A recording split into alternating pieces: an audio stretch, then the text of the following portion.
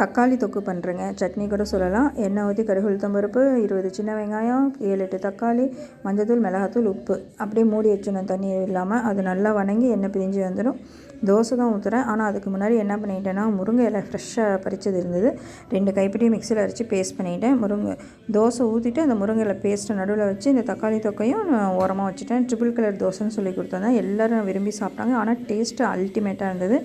அதுக்கப்புறம் பெரியவங்களுக்கு இதே டைப்பில் நான் கோதுமை மாவுலேயும் செஞ்சு கொடுத்துட்டேன். கோதுமை மாவு அவங்களுக்கு வேணுங்கிறதுனால. அப்புறம் என்ன பண்ணேன், இந்த முருங்கைக்கீரை பேஸ்ட்டை மாவில், இட்லி மாவில் கலந்து நல்லா கலக்கி விட்டு தோசை ஊற்றினேன். க்ரீனிஷாக சூப்பராக இருந்தது. ஃப்ரெஷ்ஷாக இருந்ததுனால க்ரீனிஷாக நல்லா இருந்தது. முறுமுறு வேணுங்களுக்கு முறுமுறுவும் பண்ணி கொடுத்து தோசை வந்தது. நல்லா சாஃப்டாக வேணுங்களுக்கு சாஃப்டாகவும் போட்டு கொடுத்தேன். இந்த மாதிரி ஒரு தடவை ட்ரை பண்ணுங்கள். சாப்பிடாதவங்க கூட சாப்பிட்லாம். முருங்கைக்கீரை உடம்புக்கு ரொம்ப நல்லது.